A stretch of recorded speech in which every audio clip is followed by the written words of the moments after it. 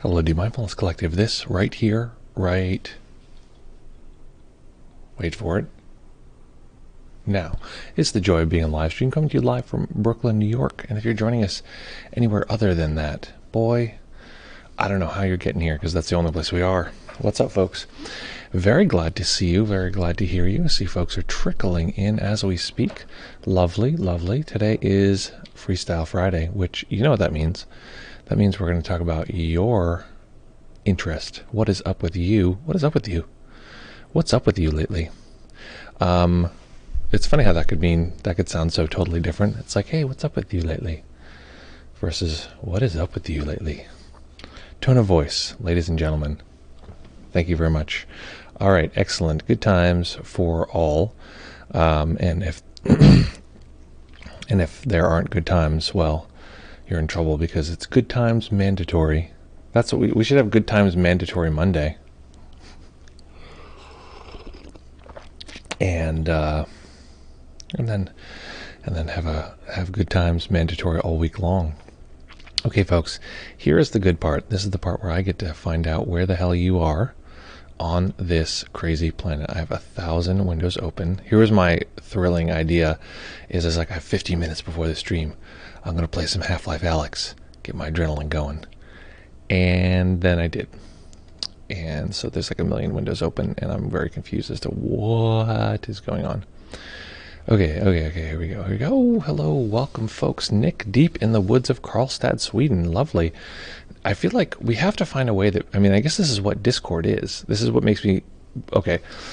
So, okay, we'll mention who else is here. I want to give people the list. If you're just arriving, let us know where you're coming from. I think that we didn't use Discord in the past. We used to use Discord for the video, and it was so messed up. It would mess up everything. But I think it's possible we might switch, because I don't know, man. I think I'm starting to understand how Discord works. So I was going to say we should share pictures. I'd love to see a picture of where you are. It's like you could do that if you were using Discord.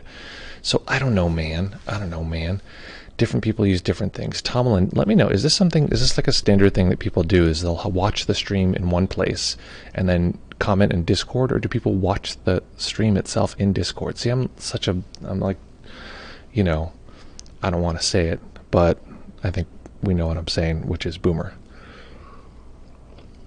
I was talking to an actual boomer friend of mine who is a longtime watcher of this stream, and they were like, that's offensive. I was like, you're totally right. That is totally offensive. So I say it in jest. Hopefully that's how it's taken. Gene joining us from Brooklyn. Ooh, I'd like to be in the woods in Sweden, as would I. I'd like to see a picture of those woods. Oh, well, good morning from Fort Greene, Brooklyn. Lovely. Fort Greene. I didn't realize you were quite so close, but that really is quite close. 2020 CL, great to be here with you from the UK. Lovely to have you here as always. 613 says, here on Mars, aka Northern California. I know it's like the red planet now. Is it really? I mean, all of the pictures are showing like it's this red, like it really is this red. So it's like I just can't believe that it's that red. Yeah, I wonder if it looks that red for you now. No time to watch videos and stuff. Exactly. Feels like Friday vibe thing. Exactly. Yeah, maybe that's what we'll do. We'll just change this into a Half-Life Alyx video game playing channel. That's crazy. See, like right now, I want to see a picture of that. I'm like, send us a picture of what it looks like where you are. We have to figure out if that makes sense. Oh, Tumlin's telling us we have a Discord. Tumlin, here's my question. Could a human being watch this stream on Discord and tap in on Discord? Because I know you can also post pictures and this kind of thing. So do people just watch on Discord and do commenting on Discord? That's what I want to know, folks. Very excited about today. Here's the premise of today, of the Freestyle Friday, is I shape the meditation itself based on your interest and your needs. So tell me, what is your interest? What's going on with you? What's happening in your practice? What's new in life? Anything at all. And we will weave that into the meditation itself. If anyone here is new to meditation, entirely never been, it's first time ever, I would like to know that. That is a perfect time to tell me, where on earth are you? Who are you? And is it your first time here? That would be lovely to find out about. What am I looking for here? Video dashboard? No. Content? No. Beep up. Here we go. Stream manager. I'm the one managing the stream. How does that work? Okay. Beep up. Beep up. Natural awareness. Yeah. Okay. Well, that's not against the rules. You know, that's not. We're not allowed to do that. I mean, I haven't looked at the most recent rules, but that is definitely, as far as I remember, there's no rule against a dog playing basketball. There's no rule against practicing with natural awareness. 613 says, I've been doing see, hear, feel, but following Ingram's recommendations of aiming for 100% capture. 100% capture. Interesting. 100% capture. It's interesting because, and let me ask you, 613, and if anyone doesn't understand what I'm about to say, don't worry about this. This will make sense eventually. Here is the premise here. The question I have for you: is it you capture a moment and then you label every piece of see, hear, feel that's occurring in that moment, or is it the attempt to just quickly one after the next see, hear, feel, like see, note and rapidly sort of label each particular one? Because those are different. Because one could be like see, feel, hear, and then wait a minute later, and it's like see, feel, see, hear, feel, like to get a capture. I don't know. Maybe those are the same. I don't know, but let me know. Natural awareness and noting everything. Okay. That's interesting. Okay, so here's an interesting little detail. Quickly labeling everything in a stream and eventually labeling things falling away. Okay, so let's see. Okay, so you're talking, basically that's just standard arising, passing, and then awareness. See, here's the thing. Awareness doesn't care about distinctions like which sense is active. So that's one of the things. It's like it divides everything. So maybe we'll do some sort of combination thereof. Okay. So folks, finding a nice comfortable position that you can maintain for the duration of the practice, finding that comfy position, allowing your knees to be lower than your hips if at all possible. Let's see here. Oh, okay. Tummelin, if you can hear this, just a note here. It says that my keyframe interval is too high, so let's fix that after. Hopefully that's not messing up anybody's stream itself. We'll see. Let me know. We'll talk about it. Okay, finding a nice comfortable position that you can maintain for the duration of the practice. Arranging the body well so that the knees are lower than the hips if you're sitting. Allowing the skeleton to balance. I usually don't say allow the skeleton to balance because it seems like such a strange turn of phrase. It's like, it's a funny way to say it. So allowing the bones to balance. Allow your bones to balance, letting the spine balance the torso, letting the lower neck and neck balance the head. When you find that nice comfortable position, we will begin.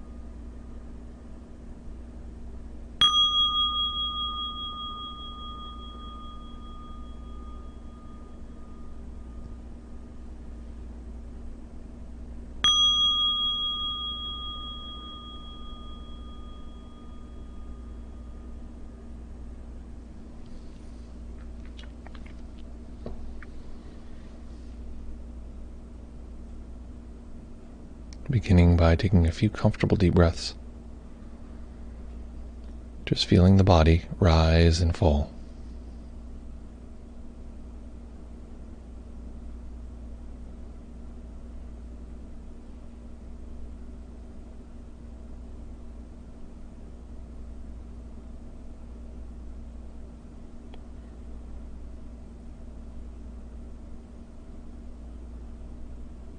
Each time we begin a meditation, we begin with the momentum of all of the previous moments.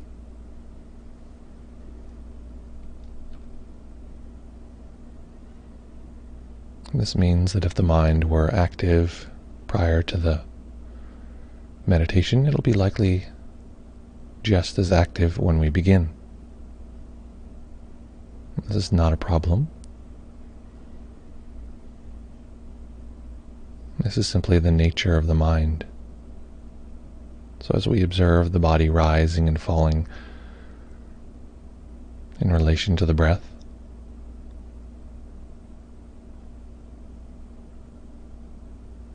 noticing what the mind does.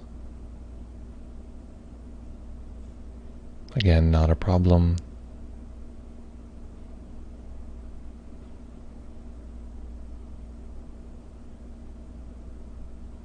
Simply knowing this can often cut through that momentum.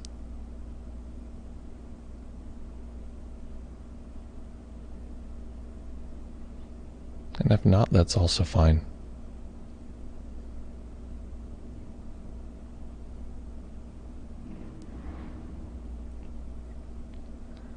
Beginning by relaxing the body.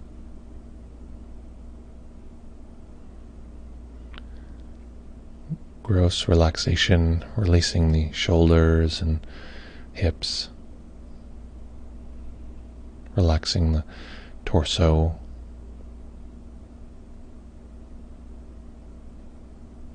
but also all of the very subtle places that we can relax everywhere where bone and muscle meet, the fascial connections in the body. We can hold microtensions here, so relaxing beyond what you can physically feel.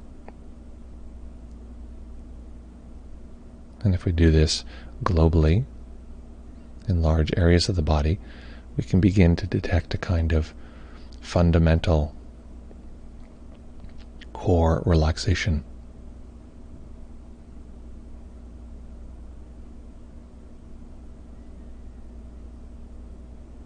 A kind of deep letting go.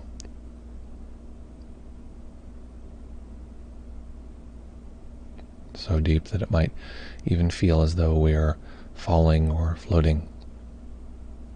Or not. Whatever arises is fine.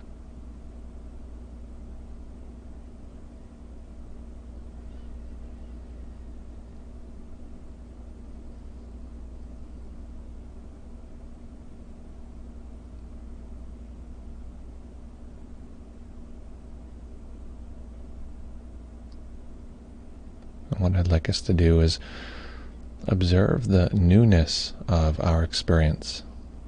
There's a part of the mind that says, I've experienced this before. This has happened many times, but it has not.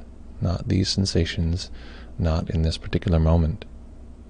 And this is the one and only time we'll have to experience these sensations. So feeling the body.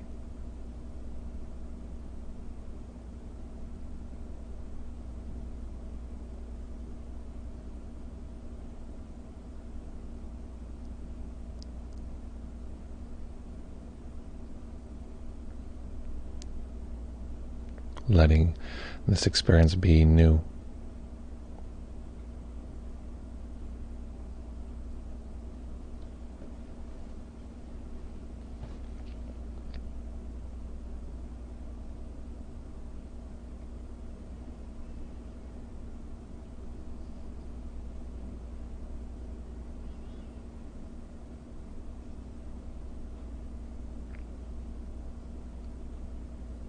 And the sensations of the body don't know the edge of the body. The sensations can feel like they're larger than the body, that they don't have an edge. It's actually the mind that tends to enforce this sense of an edge of the body. So feel the sensations of the body regardless of where they are.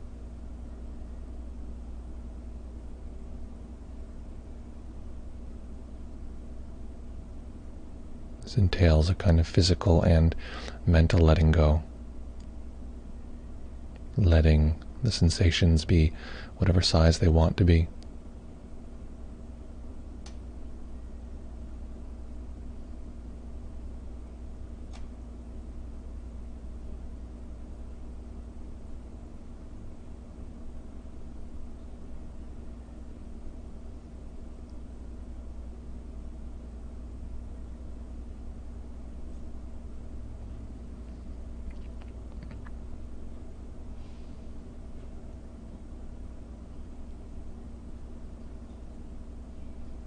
The way the mind works is it only has so much bandwidth. So in order to create a sense of continuous experiencing, it'll show us many tiny moments. The kind of flickering that the mind pieces together and calls our reality. So notice all of the many tiny moments in the body. All of the little instances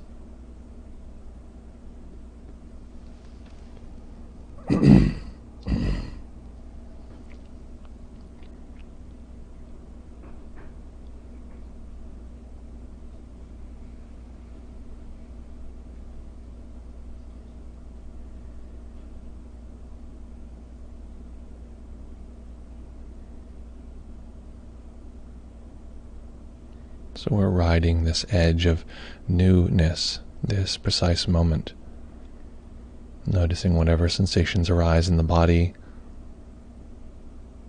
noticing that because they're continuously refreshed,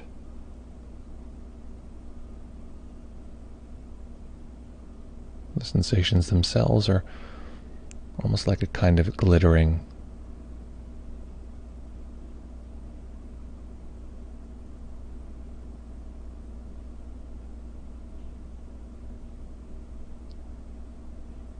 And even if the sensations themselves feel quite stable, the mind observes and refreshes, observes and refreshes.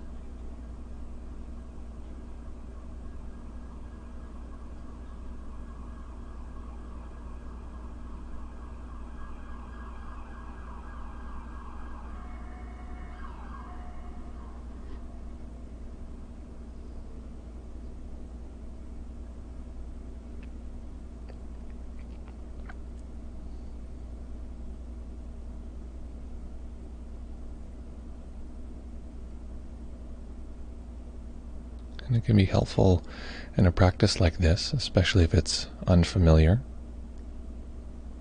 to use a mental label. In this case, we'll use the mental label feel. But I'd like you to try something. Rather than trying to label each little shimmering experience, label every 6 or 10 or 20. Notice these sensations in detail.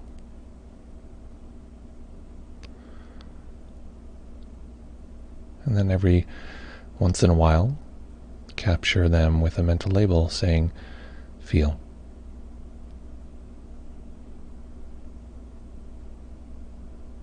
Feel.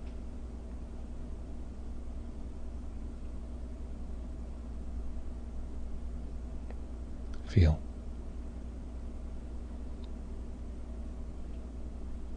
So letting the mind do the knowing of all of the instances and simply occasionally labeling.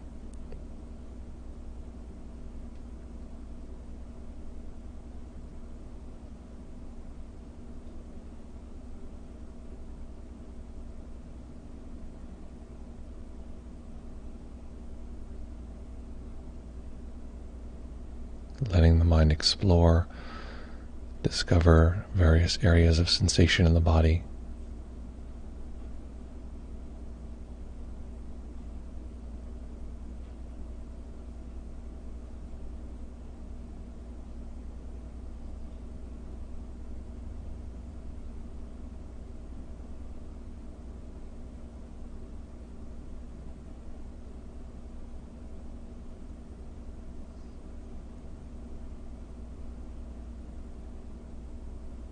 And simply using the mental label as a kind of anchor, something that holds our experience every few moments, pointing it back to the sensations of the body. Feel.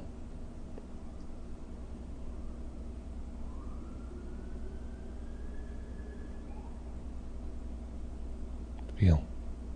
You get the idea.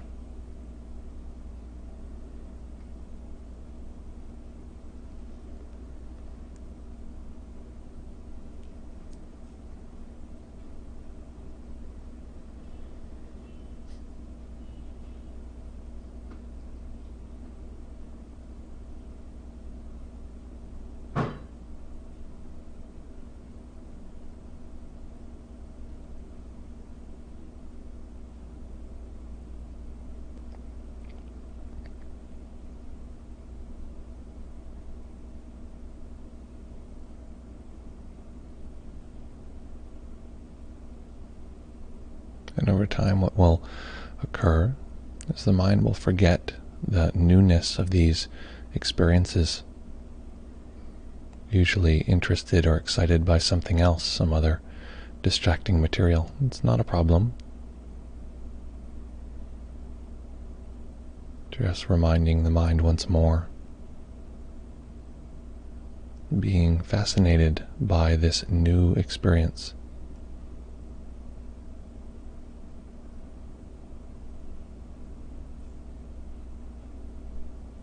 Millions and billions of years of biological development have made it possible for us in this particular moment to know this precise sensation. And this is our one and only chance to experience that.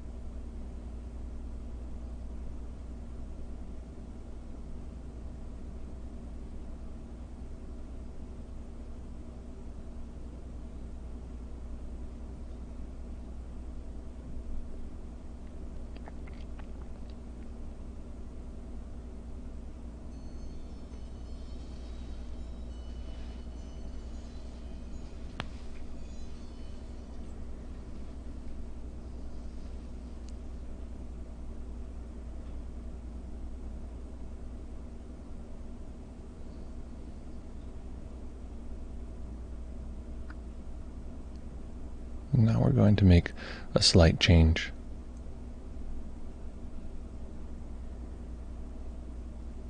What I'd like you to do is create a kind of capture of all of the body sensations rather than any one particular sensation. What does all of the body feel like in this particular moment? Again, looking for this new experience, all of these sensations.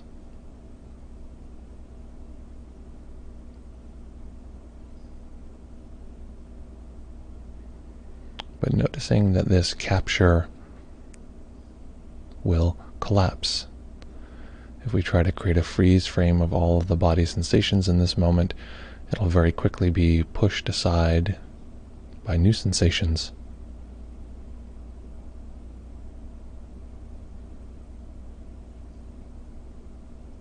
So noticing this process, a capture of our current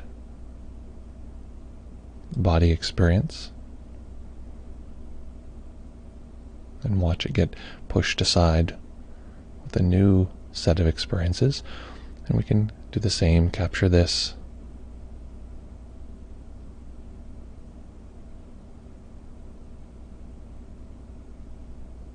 Watch it degrade, decay, be replaced.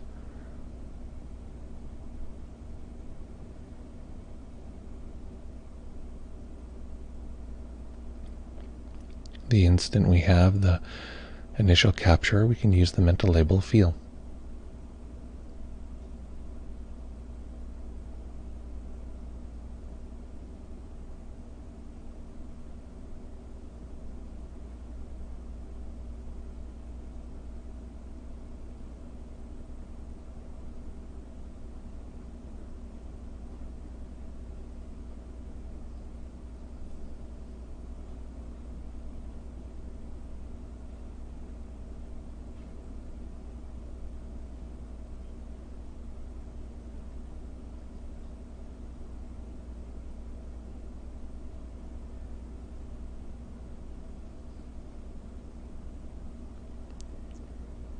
And so for this portion of the practice, it's important that we notice this initial capture, this new quality, and notice it be replaced again by some new set of sensations.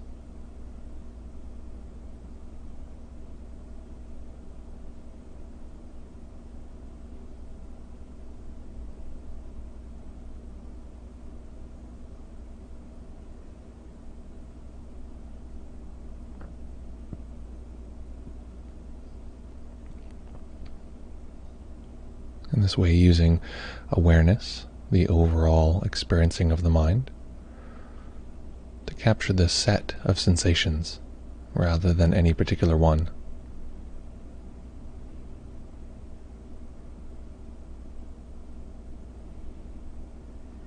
This particular moment's constellation of sense data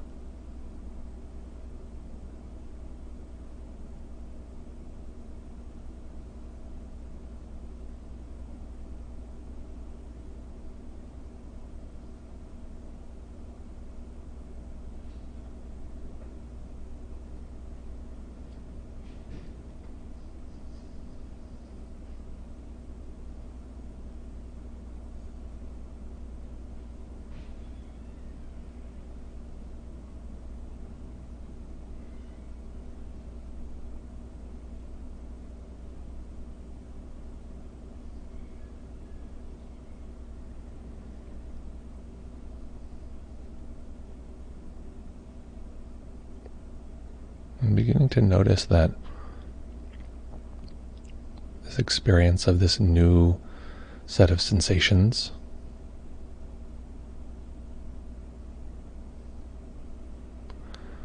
this capture that the mind tends to do, even if we're not consciously running it, captures our current experience. This is the mind working to solidify and make our sense of world and self stable.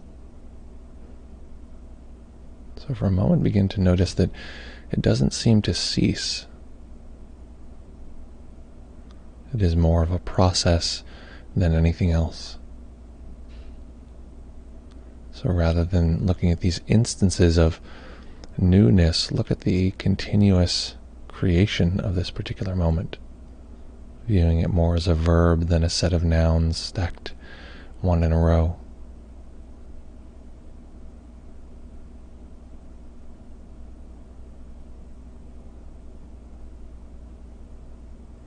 This is this lovely experience of reality, our experience of the world coming into existence in this particular moment as a kind of verb.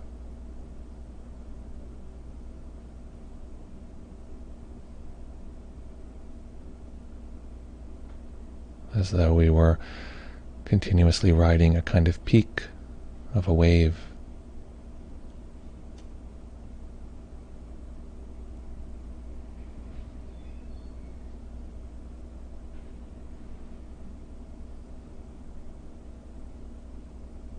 This may include other senses, it may not. But finding this lovely edge, this moment coming into existence,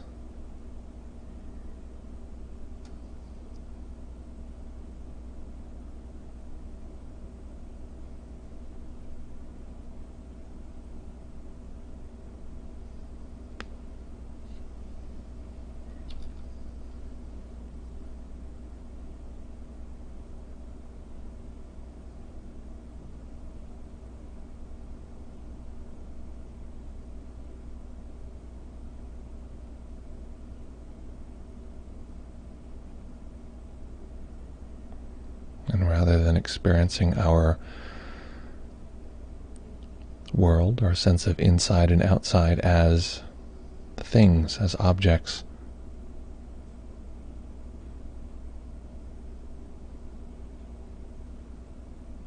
experiencing them as a kind of pressure, forces coming together to create a ongoing process of solidity, a sense of whole or a sense of objectness.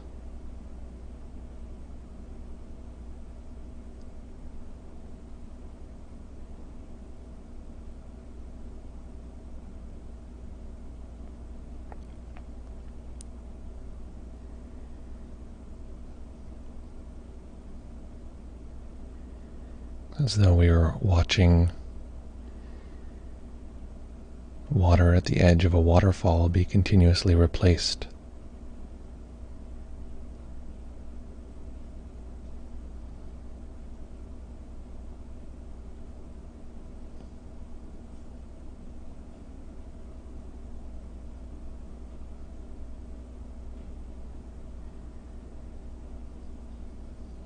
And for a moment, we can follow that waterfall. If we know this new creation experience, we can explore, where does this newness experientially come from? What is the emptiness that it returns to?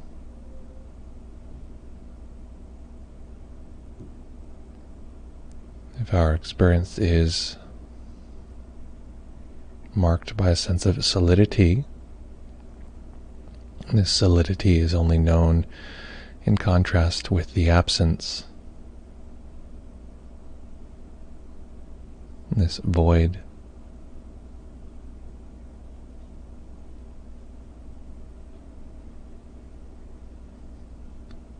And so taking a moment to tune into this emptiness,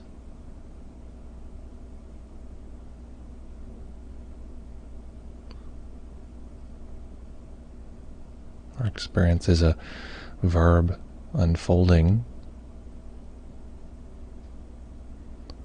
and down there below the threshold of consciousness is where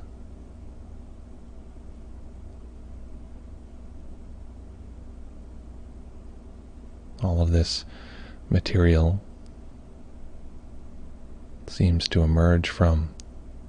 We begin to be able to detect our experience at some point, and we can follow that to see where is it pointing.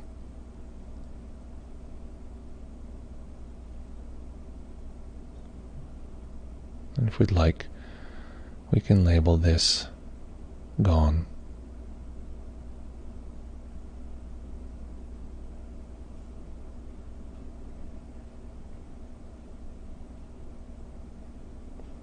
Soaking into this vacuum, this absence.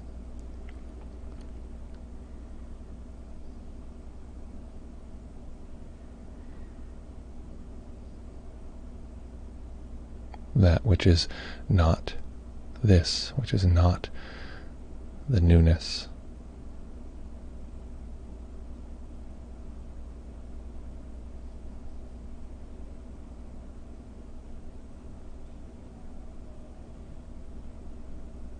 And staying with this practice, staying in stillness,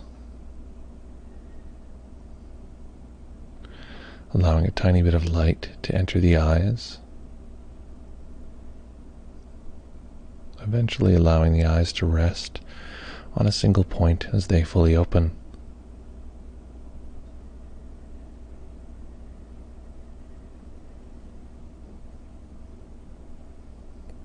Noticing the newness of the seeing experience,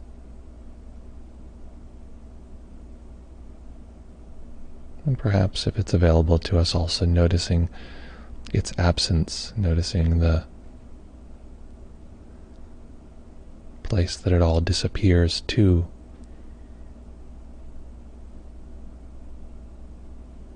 The same place it arises from.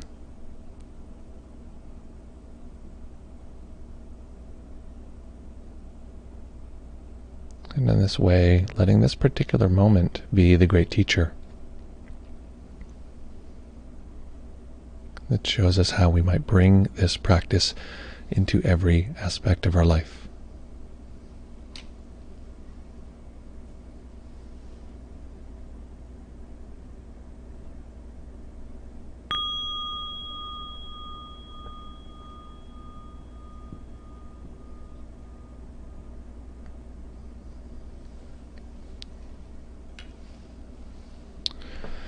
Okay, so making any physical adjustments you need to allow the body to be comfortable.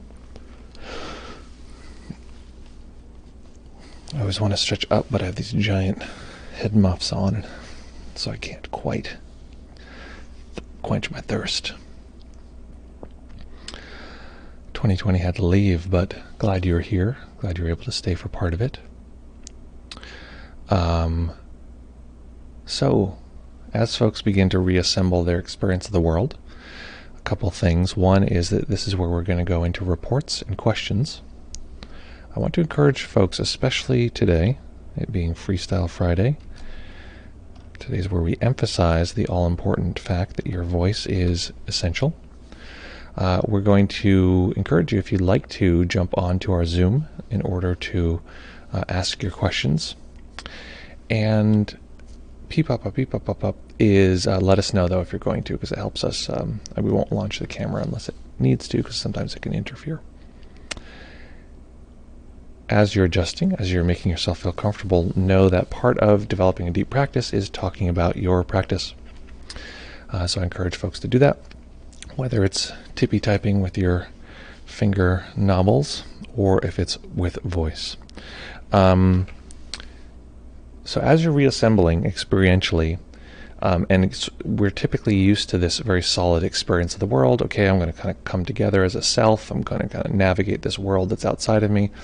You can even notice that coming together, that reorganizing as a process. We described today this sort of newness of this, the presentness of this particular moment, and notice the absence or the void from which that arises, maybe where you were a second ago, or over time you can actually tune into. This is something my friend and common frequent listener here on the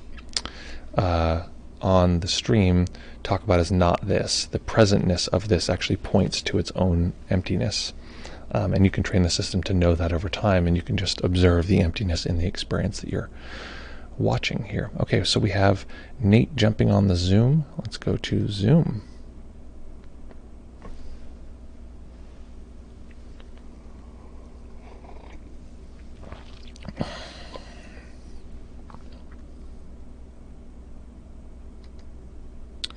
Beep up, beep up. Okay. Joy of being a live stream, start.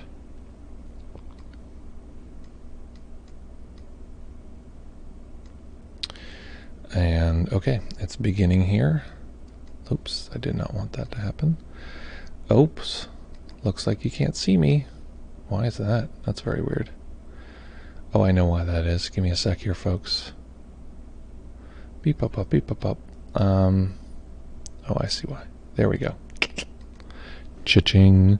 Okay, now let's make this make sense. Give me 1 second here. Here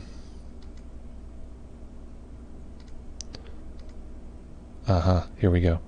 Okay, we're going to admit.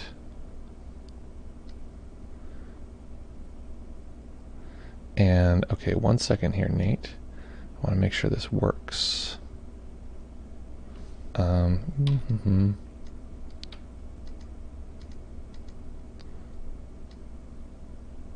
you disappeared. Oh, no, there you are. Sorry. Every time I hit a button, it disappears. Don't worry about it. Okay. Just 1 sec here. It's coming. The computer's catching up. Eventually it'll stop freaking out. It is fully freaking out. Okay, there it is. Excellent. And, okay, let's see what happens. That is weird. That is a weird thing. There we go. Excellent. Okay, let's hear your sound there, buddy. Hi, how you doing? Excellent. We hear you loud and clear. Good. I don't see your video. I just see your picture. Yeah, for now it might be a little odd, but I'm here. Okay. I'm with you. My computer can't use Twitch. It's a VPN thing with my company, so I have to use my phone, so using separate apps sometimes doesn't work very well. I'll have to switch back to Twitch to listen to the rest of the comments. Something that we've got to use a lot of metaphors sometimes to really describe what we're talking about, but something that I thought of was that existence is existencing is what I ended up feeling when you started to go into the noun snapshot, and then you transition towards the verb of the happening, the things that were happening, the awareness points that were happening. The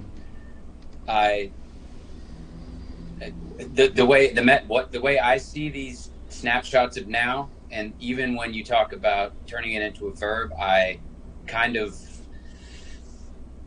picture something being blown, like a snapshot, and then it being blown away like it's ashes, and then the wind blows it away and it's not there anymore. And then when I try to visualize the verbing of that, it is almost in a weird way like a bell curve, something becoming and then unbecoming, or almost like a sine wave.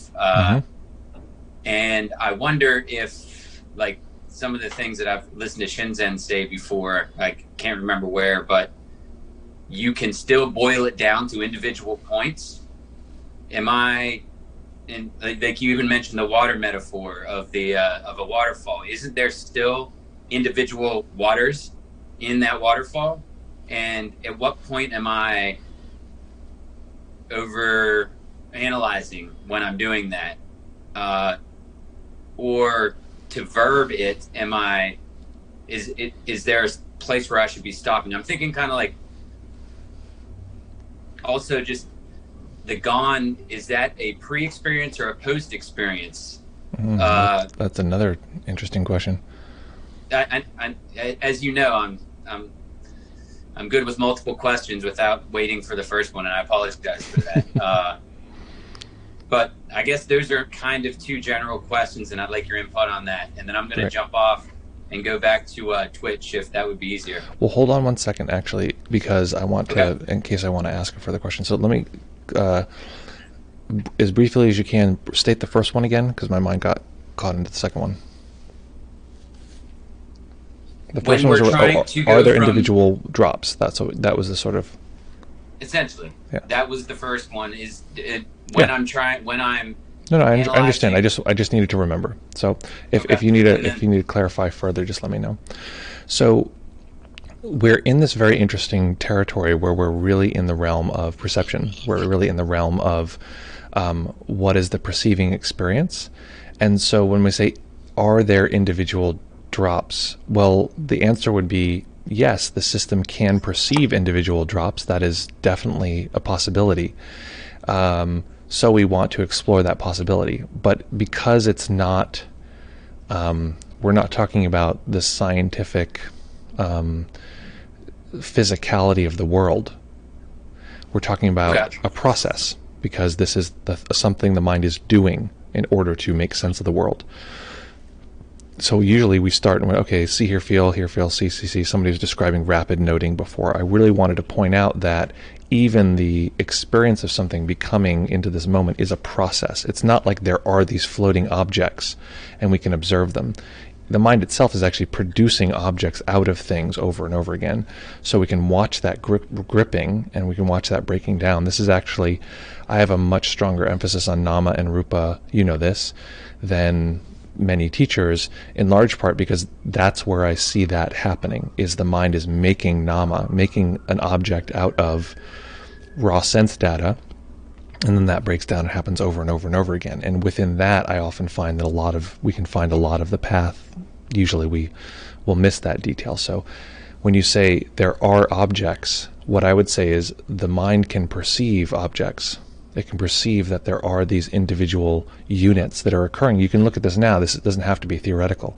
Look at the objects around in your room. Like, okay, look at all these objects. There they are. From a perceptual point of view, you know this because you were asleep last night and you were unconscious. Those objects didn't exist perceptually, right? You can close your eyes and they stop existing perceptually, right? So because we're really mining perception, because there's a lot of goodies in there, this question of is it an object or not, we actually want to look at that like, okay, the mind can perceive objects, so let's explore that, and then from there we can then say, okay, maybe the object experience is also a process.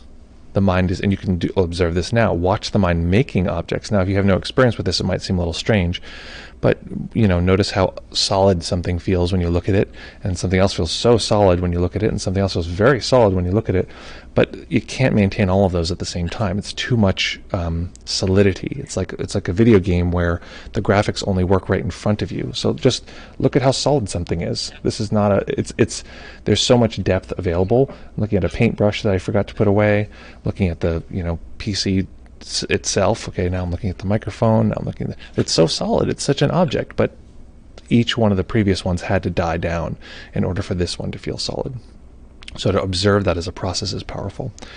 That's one thing.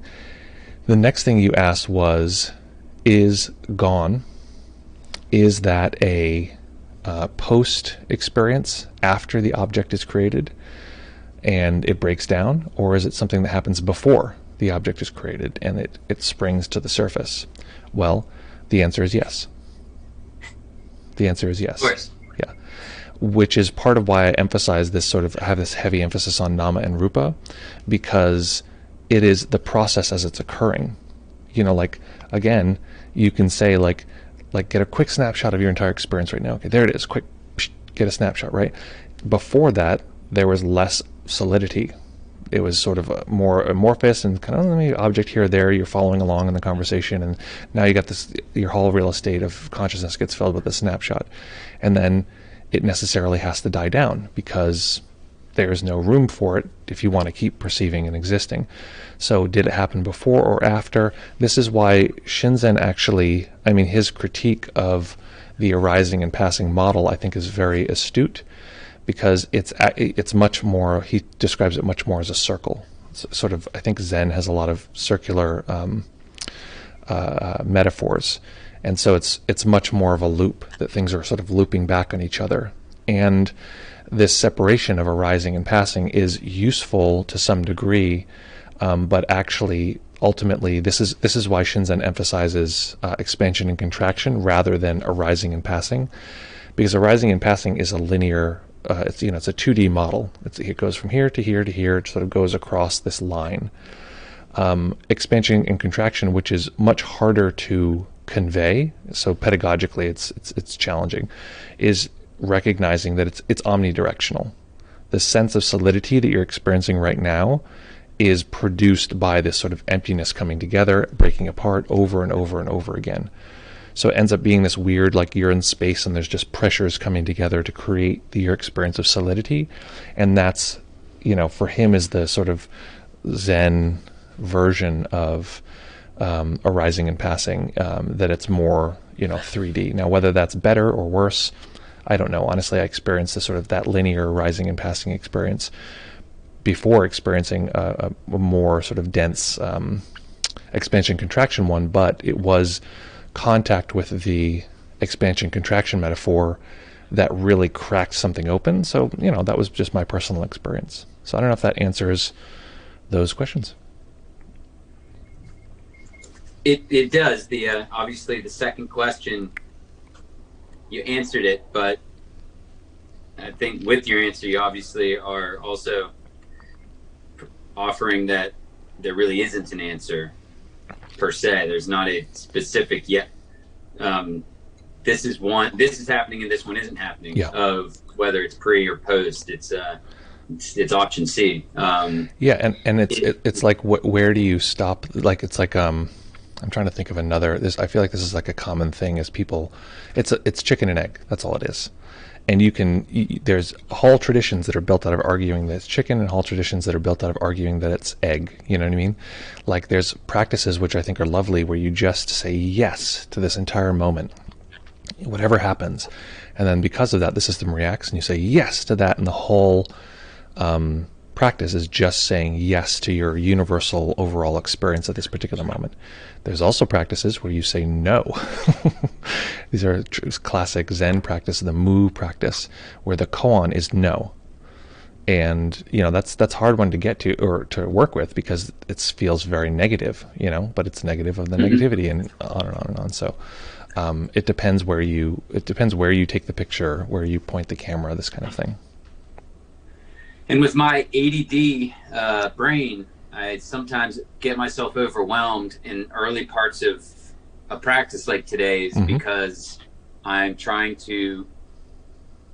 to capture, I used in my head the word billions of bits of sense data. I'm like, how the hell am I supposed to deal with these billions of bits of sense data? And then momentarily they're all gone and re-deal with those same billion again. And sometimes I just have to walk myself back from the ledge, I suppose, for lack of a better metaphor, from that experience. And then I understand where you go, and you basically answered my question by next telling us to gather them into the groupings. You said groupings of 6, and I was thinking groupings of 1,000,000, but It means the same thing, depending on the scale with which you're looking at things. That was just an attempt to allow a little bit of slowness, because it can get this thing where it feels like I can't possibly capture all of these things. But actually, I remember talking to Daniel about this once, and we were talking about, whatever we're talking about, he described a student who said, I can't, there's all of this stuff happening, but I don't even know that it's there. I can't even capture it. And it's this funny thing of like, well, wait, what did you say a second ago? It's like, there's all this stuff happening. It's like, it, right? There is part of us that knows that there's all this stuff happening. Great. That's enough. We don't need to then, often what we want to do is draw it to the foreground of our attention. And that'll be, then everything will be resolved. We'll be, I can finally rest. I can know it the way that I know that, Rick and Morty is my favorite show, or something like that. It's like, no, you have to use the sort of periphery. It has to be soft in the background, and that's enough. Just the fact that you know that there's all this data is there. So I was suggesting a slower pace of labeling, because it's fine. It's totally fine. In fact, people will just capture people won't even capture individual sort of pixels at all, or even general captures of 50 pixels or 1,000 pixels. They'll just sort of be floating there, and that can tend towards a little bit of, distraction. But there's a million variables that you can change, and each one is going to have to some degree of an effect. And again, we're always building our practice to optimize towards the type of awakening that we want to live in. Oh, I think you're muted. Is that possible? Yes, it is. That was, I didn't even ask that question, but you got down to the crux of it with what you just said. Awesome. The overwhelmingness that you do already know it is, from the perspective of what we've been talking about. It's not the first time somebody's told me all that, and that's enough. But there's something about the way you said it, and in that context, that's might take me a little while to unpack. But I think it's this shirt. Whenever I wear this shirt, people understand more clearly. Nice. Yeah. All right, I'm going to go back to all right, buddy. Twitch. Hang loose. Thank you. See you, man. Okay, excellent. So, folks, let's check out these comments here. We missed a couple comments here. Nick says, Nick gifted a tier 1 subscription to Nate. That's very kind of you, Nick. Thank you so much for that. That's very kind. Nick also says, letting the jaw go slack makes a world of difference to me. Excellent. I'm glad. We haven't been using that in particular recently. Usually the massive tension there resembles a speed freak. I know. We will tend to grind tension here in the jaw in that way. I always wondered about that. Like, why on speed do you clench your jaw? Like, what is it about that? Anyway. Oops. But we do it anyway. I mean, why on speed is the same question as like, why do people do that in general? Why do they tighten in their shoulders, this kind of thing? I think it's a protective measure to some degree, at least the shoulders. I think it's like to hunker down, and then we gather all this tension there. Okay. So let's see here. 613 says, I never tried the snapshot method before. It really sped up the sensation of all of the pixels of experience disappearing over and over.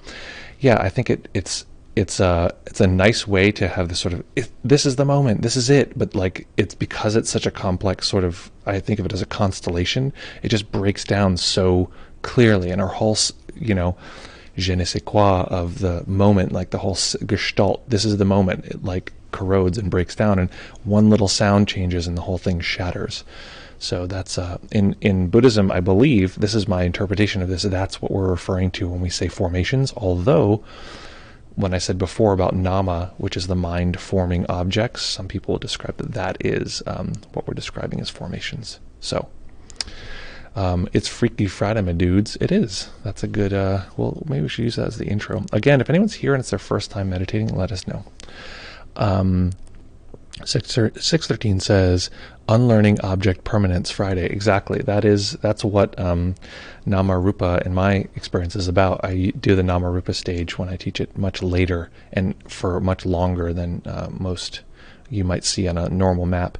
And it's also to remember that once you get used to that movement, the solidity is telling you about the non-formedness. The nama is telling you about rupa, and that's, I have this joke that I say that duality is the ultimate non-duality.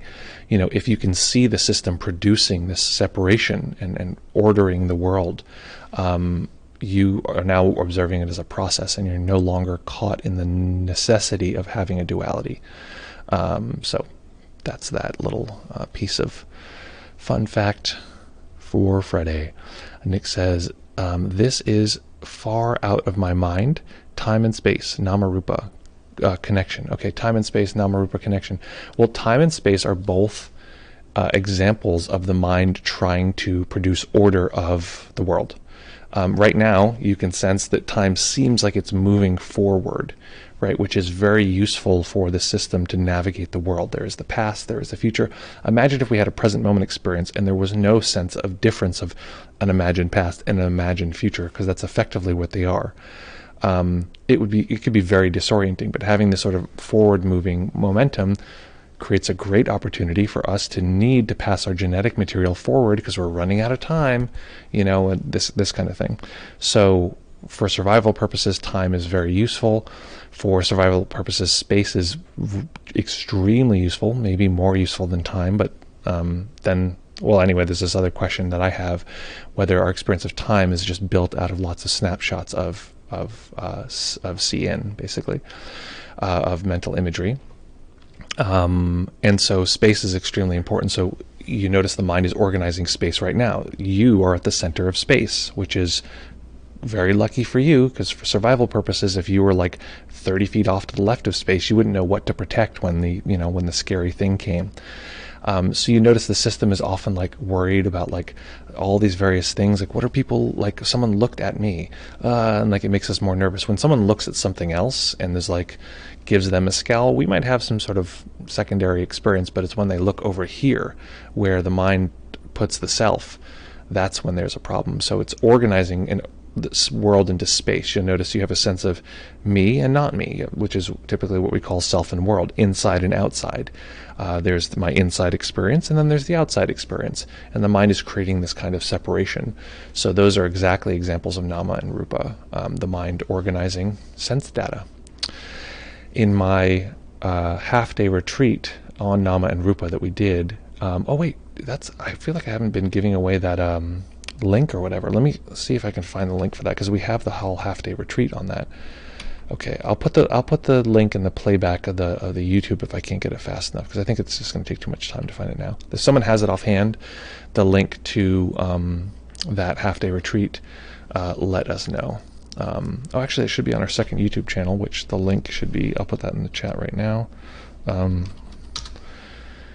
Yes, that should be on our youtube.com/deepmindfulness2, the number 2, and that will be there. You can find that in the playlists or something like that.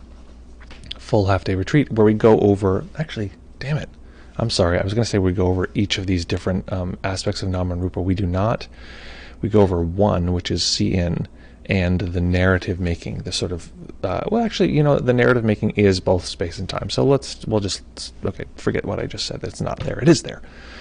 Okay, folks, lovely. So without any further questions or comments or these kind of things, we're going to make a wish for the weekend. And here's Nick, saving the day. Thanks. Trying to figure out how this perception thing works. Space is just a tool created for survival purposes. Perceptual spaces. We don't want to say like this is mathematically, the same thing. They track on top of each other, but just be okay. So, feels weird to imagine no objects outside, no objective outside world. Okay, so perceptually, there's no objective outside world. It is completely colored through our perception. We can't have a sense of an outside without a sense of an inside, right? Which is, we talked about this before, the mind is creating that sense of that difference. Now, if that sounds like just theory, like you haven't perceived that yourself, well, look, where is the edge of the outside? Really observe. You can sit there and label for an hour, days, whatever. This is me. This is not me. This is me. This is not me. And go through and label things and watch that the line just changes and shifts. Like, well, this is not me. This is obviously something out. This is an object out, but it does belong to me, and I do like it, and I hear it. But I'm touching it with my body. Shit. This is not quite as clear as I thought a second ago. And that lack of clarity teaches the system over and over again that these lines that the mind draws are pretty arbitrary and are very flexible. The mind is always producing, not always, but it's often producing nouns, objects, things that are happening, right? And this has to be the case for there to be an inside and an outside. There has to be a me, which is solid and continuous, and there has to be a you, which is solid and continuous, a world that I can navigate, this kind of thing. But if we watch, the system is actually producing and reproducing these things all the time. It is formulating this stuff live. So the sense of self is actually a verb. The sense of the world, the mind says, oh, it's a noun, don't worry about it, don't look very closely. But actually, the experience is just a verb. It's ongoing. So the objectness breaks down in that way. Feels weird to imagine a world with no object. Yes. By the way, I'm at a crayfish party, Swedish tradition. So might have missed a few things. Got to eat some tasty seafood and sweet scallop, schnapps. There you go. As they said, scallops. Crayfish are. That's something we have in Rhode Island, where I grew up. Crayfish were like a big thing, and they're like a kind of shrimp, I think, something like that. Let's see. I too am jealous, Gene. The mind is just a crafty trickster. It is absolutely a crafty trickster. And again, we don't have to have non-self. This is a big misnomer, big misunderstanding. If we clearly see the experience of self as it truly is, it gives us all the insight we need. If we truly see the experience of zero self, then okay, there's lots of insight there to have, but all of the insight is available right now. There's not some place that we have to go. And this gets to Nate's question, like, I have to capture all these things. Why? What if you capture 2 of them? All the data's there. What if you capture a general sense of them? What if you capture a thing every, so long? It is a matter of really looking. So whatever we need to do to get there, if it's, super fast, some people say it's got to be super fast or it doesn't count, but that's not really, I don't think anyone really says it doesn't count, but that's their way of getting there, is super fast. So, got to have a complete crayfish experience now. See you soon. Great to see you. So just a little wish for everyone. As we're sitting here, as we're looking around, just taking a quick snapshot. We know this story already. Taking a quick snapshot of our experience and observing that snapshot. Having fun with the experience of existing in this particular moment. The sights, the sounds, smells, taste, touches. All of these things coming together to produce this experience of this particular moment. Like I said, we don't have to know all of these different things to know the insights that come with them. We just know arising, just knowing the newness, the brand newness of this current experience, that's enough.